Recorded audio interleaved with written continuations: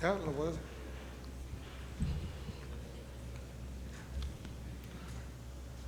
Buenos días, gracias por su asistencia. Vengo a compartir con ustedes los resultados de una investigación sobre el enfoque ingenieril de la conservación del patrimonio, en especial de las casas coloniales en Cartagena de India. Si bien el eslogan de este seminario es del puente de la Libertad hasta el viaducto de la movilidad, yo me fui un poco más atrás y comenzamos hablando desde el siglo XVI de la historia de la ingeniería en Colombia. Cartagena de Indias. Cartagena presenta una arquitectura que por su sincretismo y permanencia se eleva al grado de historia, y es así como en el año 1984 Cartagena es declarada como Patrimonio Histórico de la Humanidad.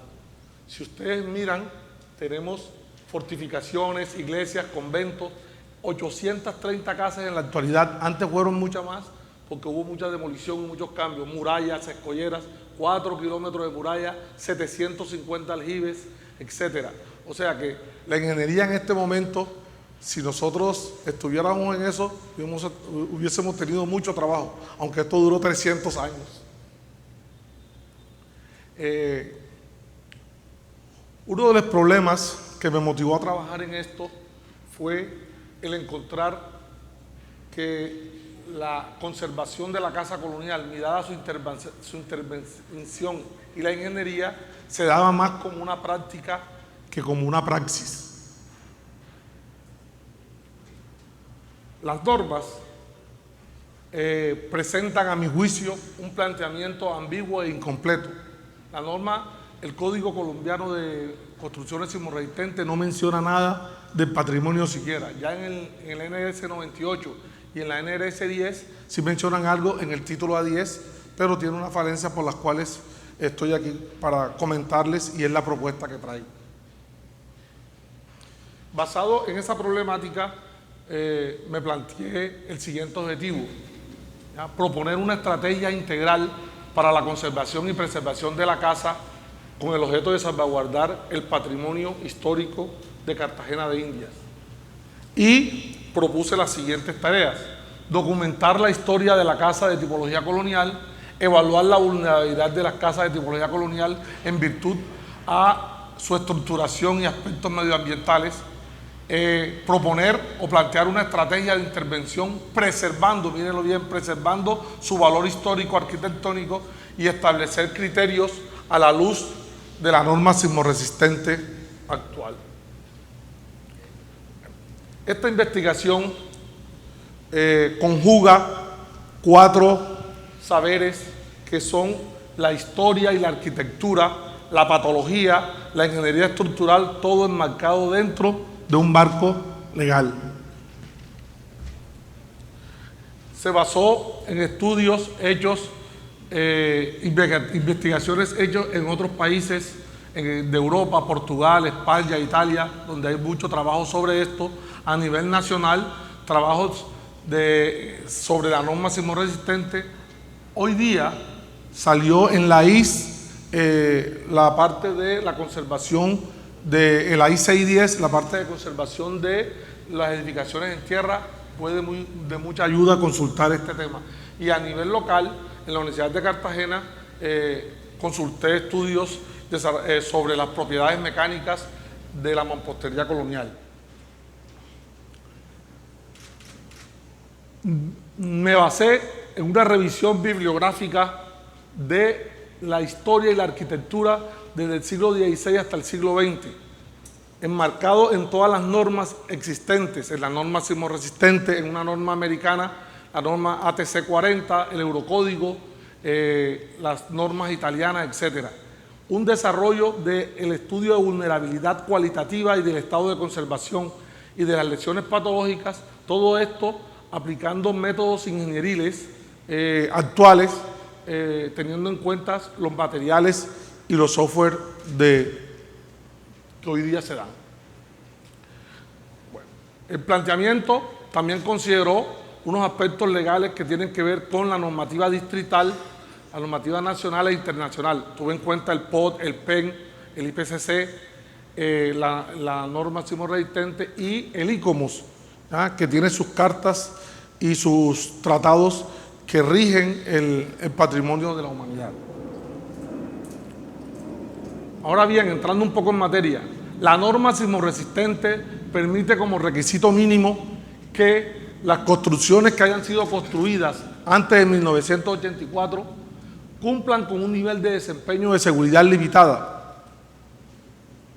Los parámetros de desempeño de la casa colonial se revisaron cualitativa y cuantitativamente a partir del Applied Technology Council, que es el ATC 40 del cual le hablaba, y entonces se evaluó en dónde se encuentra desde el punto de vista cualitativo y cuantitativo la casa de tipología colonial, que eso lo vamos a ver más adelante. La metodología utilizada es una metodología mixta de tipo cualitativo, cuantitativo, basada en el método de inducción, y esa metodología me permitió como entrada hacer un análisis arquitectónico e histórico de la casa, un análisis patológico y de vulnerabilidad. Los parámetros regionales utilizados fueron estudios de suelos, estudios parámetros sísmicos, el grupo de uso de desempeño de la casa, la estructuración. Tuve en cuenta las características, la tipología, los materiales y los elementos estructurales que constituyen la casa colonial. También se aplicó un método que la norma sismo resistente hoy día no lo tiene sino como alterno, que es el método basado en desempeño. Es el método adecuado, considero, para trabajar las casas coloniales, que tiene en cuenta análisis estático no lineal y análisis estático dinámico no lineal. Con base en esto se revisaron los desplazamientos, se estudiaron los mecanismos de daño y se estudió la integridad de la casa colonial. Y como reforzamiento o resultado de la intervención se hacen unas propuestas, sobre el reforzamiento adecuado para estas casas. Pues bien, la parte histórico-arquitectónica, para desarrollar este vector, me encargué de hacer una línea de tiempo basada en 6 momentos para tener en cuenta la historia y la arquitectura de la casa colonial. La línea de tiempo la dividí en 6 momentos. Un momento 1, que es el momento de consolidación y emplazamiento, que va de 1530 a 1574, en la cual se da la implementación del primer viario de Cartagena. Aquí en este tiempo encontramos que ocurrieron 3 incendios que devoraron la ciudad, no había murallas, y fue ya a final de ese momento cuando aparece un ingeniero apellido Fernández y comienza a hablar, después de los incendios, que las casas debían ser en materiales nobles o en materiales nobles, o sea, no era en bareque ni como lo tenían los indígenas. El segundo momento, que es un momento de implementación urbana y arquitectónica, ya aquí llegó el ingeniero militar Antonelli y hace el trazado de la muralla. Con el trazado de la muralla trajo consigo la trama urbana de la ciudad, que todavía existe. Eso se dio y comenzaron entonces por ordenanzas a decir que las casas coloniales debían ser en materiales nobles, que eran la piedra, y etcétera. Ese es el segundo momento. Al final llegó el ingeniero Rodas, terminó de hacer la muralla de San Diego y la parte de Getsemaní. El tercer momento, que fue un momento de crecimiento y desarrollo de la ciudad, en ese momento se da el auge de la ciudad. La ciudad crece y se vuelve una ciudad comercial donde llegaban todas las flotas que llevaban y traían movían el comercio de América hacia Sevilla. ¿Ah? El momento 4 es un momento de abandono y deterioro de la ciudad. En el momento anterior, la ciudad contaba con 22.000 habitantes y aquí mire cómo baja. Entonces, en este momento hubo un abandono y un deterioro de la ciudad y se presentan también demoliciones. Unas demoliciones que se dieron porque a nivel mundial hubo un movimiento que decía que no era necesario mantener el patrimonio en ese momento. En el momento 5 se habla de la recuperación de la ciudad. Ya aquí aparece Rafael Núñez como presidente. Aparece entonces un cambio comercial de la ciudad. Hubo muchas demoliciones. Miren, aquí aparece el edificio Andian en estructura metálica y comienza a implementarse en Cartagena una arquitectura neoclásica y del periodo republicano.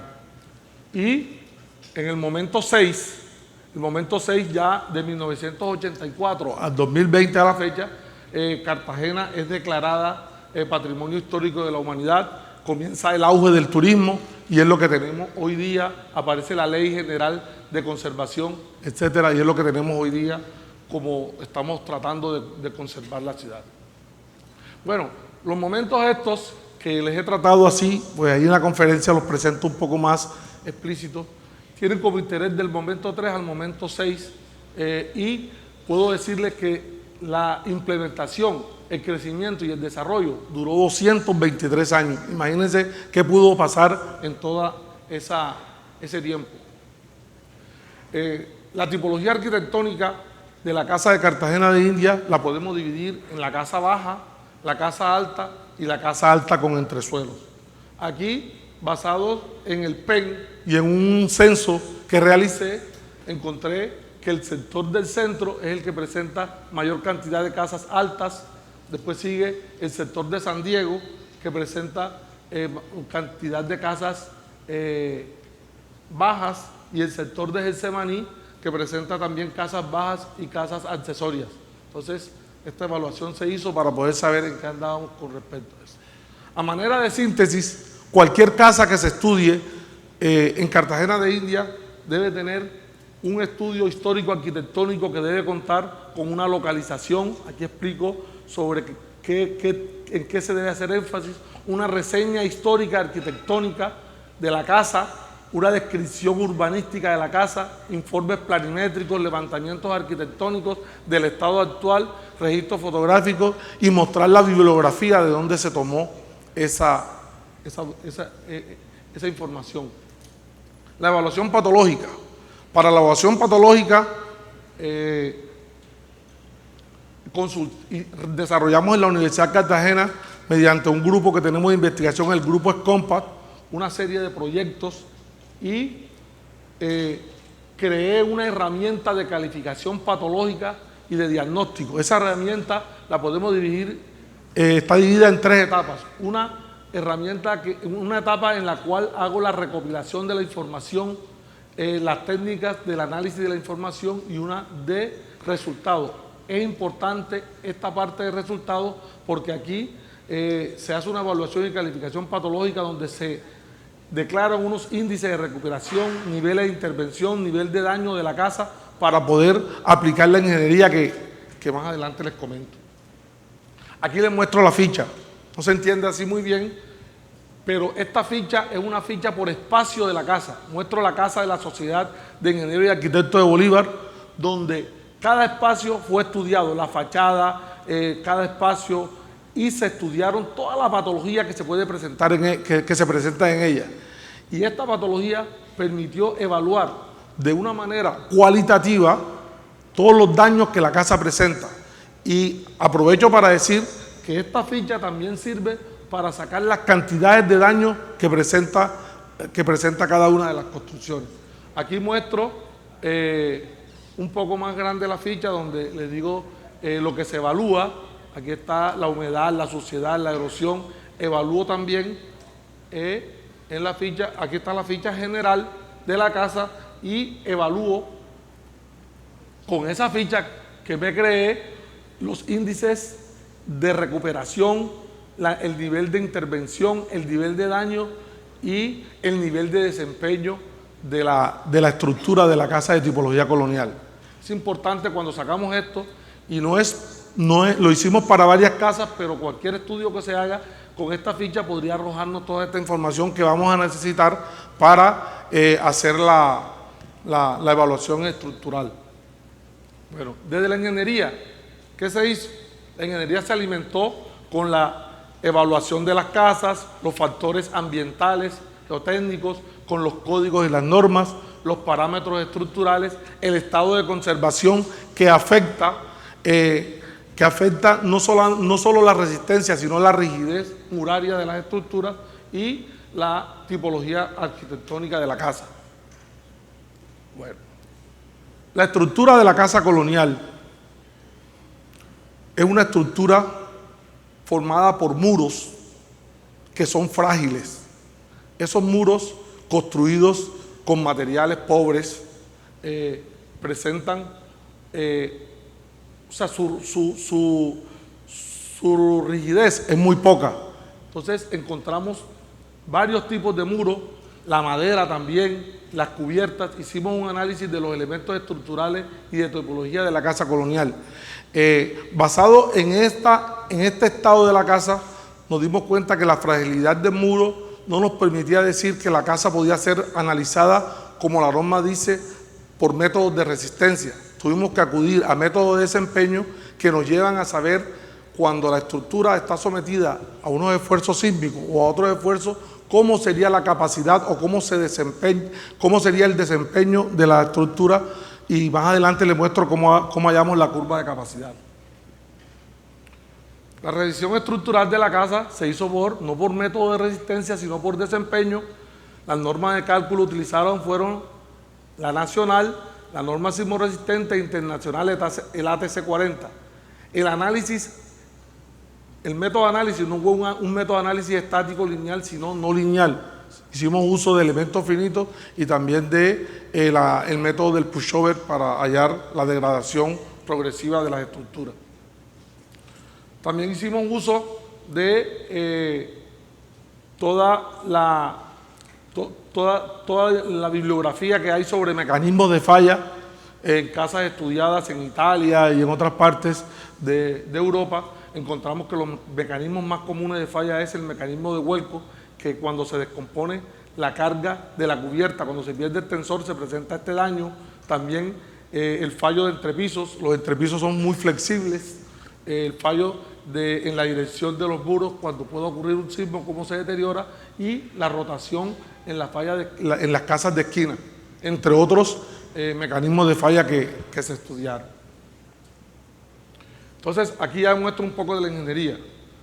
Muestro una sola casa, que es a esta casa se le hizo el estudio analizando que todos los muros, muchos muros presentan unas características diferentes, y estas características están definidas en los estudios que hicimos. Aquí hay un muro en ladrillo militar, aquí hay un muro, el del patio, un muro en cascoteo, y cada muro de estos presenta unas características estructurales diferentes que hacen de la casa algo particular. Entonces, cada vez que se vaya a estudiar una casa, habría que estudiar la condición muraria, que es la que responde por la estructuración de ella. Entonces, aquí muestro lo que hice. Este es un análisis elástico lineal que me daba unas deformaciones directamente proporcionales con los esfuerzos. Eso no me decía nada. Entonces me tocó llevar a un análisis de progresión plástica, en los cuales haciendo un desplazamiento acumulativo de la casa, íbamos encontrando en qué punto se presentaban los mayores esfuerzos, ¿ya?, para poder proponer el reforzamiento de ella. Toda esta casa se analizó con este método y encontramos los puntos donde se iban presentando, por decir así, las articulaciones plásticas hasta un evento que se presentase. Y con eso se construyó una curva de capacidad. Esta es la curva de capacidad, y aquí tenemos el espectro de demanda-capacidad en un muro. Entonces tenemos el espectro que la norma dice que es el de un sismo reducido y tenemos la curva de capacidad. Ahora más adelante les comento sobre eso. Bueno, como resultado, tenemos un resultado histórico-arquitectónico, un resultado desde la patología y un resultado desde la ingeniería. Desde lo histórico-arquitectónico encontramos que la casa de tipología colonial de Cartagena de India es una casa con mucha influencia, por supuesto, del sur de Europa. Presenta esta casa entrepisos y muros que son propios de las estructuras mediterráneas, presenta cubiertas de tipo morisca, ¿ah? Y es una casa que fue construida basado más bien en aspectos económicos de la época, o sea, no tiene, es muy pobre en arquitectura. Es una casa en la cual las personas que llegaron a Colombia, a América, perdón, estaban interesados era en aspectos comerciales, más no en aspectos estilísticos de la arquitectura. Nosotros tenemos a Cartagena como una ciudad que tiene tantas casas que estilísticamente y arquitectónicamente representan muy poco, pero su gran conjunto es el que la hace tan valiosa, el gran conjunto de casas que tenemos. La evaluación patológica, hicimos un estudio de vulnerabilidad cualitativa basado en un método italiano, el de Petrini, y encontramos que todos los 3 sectores de la casa colonial son de vulnerabilidad sísmica entre media y alta. Eso lo pudimos corroborar también con el estudio de patología que hice en la ficha, donde encontré que el nivel de desempeño para la casa estaba entre 5C y 5D. ¿Qué quiere decir esto? Explico un poquito este cuadro. El ATC 40 tiene un cuadro donde explica el nivel de desempeño de, los de las estructuras. Este que está aquí es el nivel que permite la norma. Ese nivel que es el nivel el nivel de seguridad limitada. Esto lo permite la norma en el título A10. Y la casa colonial se encuentran, todas las que estudiamos se encuentran en esto. ¿Qué quiere decir? Que no estamos cumpliendo con la norma. Para lo cual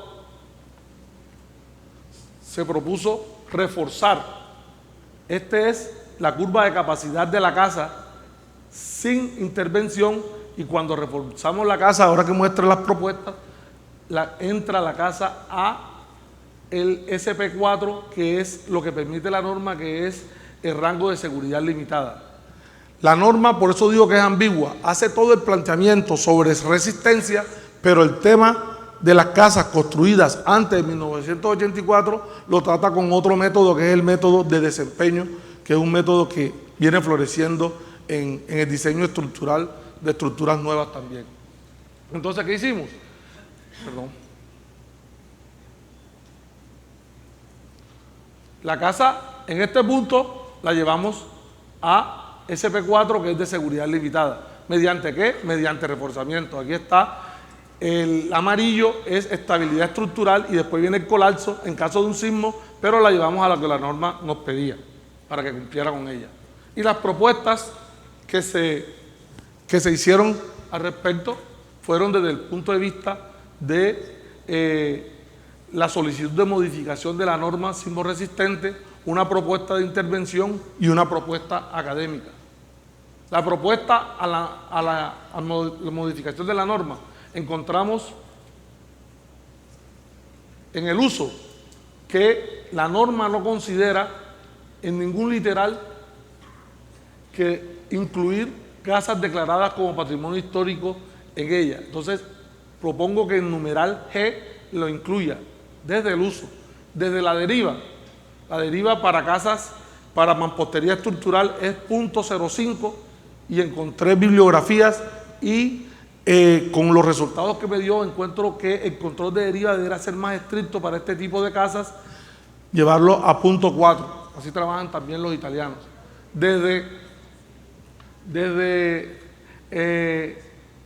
la modificación de lo que dice la norma, que hay un bico grande que dice que cuando tú no tengas estudios puedes hacer un trato entre el constructor y el dueño y el diseñador, y que ese trato se lleva a una curaduría y se reglamenta. Eso debe desaparecer. ¿Por qué? Porque nosotros debemos tratar de cumplir que las casas cumplan mínimo cuando se intervengan con seguridad limitada. Desde las propuestas de procedimiento, la norma presenta en el título 10 una propuesta de procedimiento y yo considero que se debe realizar siempre un estudio histórico arquitectónico de cada casa que se vaya a estudiar, ¿sí? Que se haga un estudio patológico serio que nos permita determinar el estado de la casa para determinar los factores de los cuales le hablé y que se haga un análisis de revisión basado en el método de desempeño, ¿ah? Y que siempre logremos que las casas lleguen como mínimo a el nivel de seguridad limitada. La propuesta de intervención es una propuesta basada en materiales amigables. Normalmente estamos utilizando acero, pero sabemos el problema de durabilidad que tenemos aquí en esta ciudad, entonces propusimos utilizar unas barras en fibra de vidrio que tienen la misma resistencia del acero como tensores, ¿ya? Tanto en la cubierta para reemplazar cuando sea necesario los tensores en madera que también se dañan por problemas biológicos, como en los entrepisos. Entonces aquí se evaluó la casa y colocamos estos elementos estructurales que permitieron controlar los mecanismos de daño que se presentaban. También la colocación en los puntos críticos de mallas, unas mallas en fibra y no en acero, porque la práctica que estamos haciendo es colocar mallas de acero que con el tiempo se oxidan y presentan a manchar las paredes y se pierde el trabajo estructural que habíamos propuesto.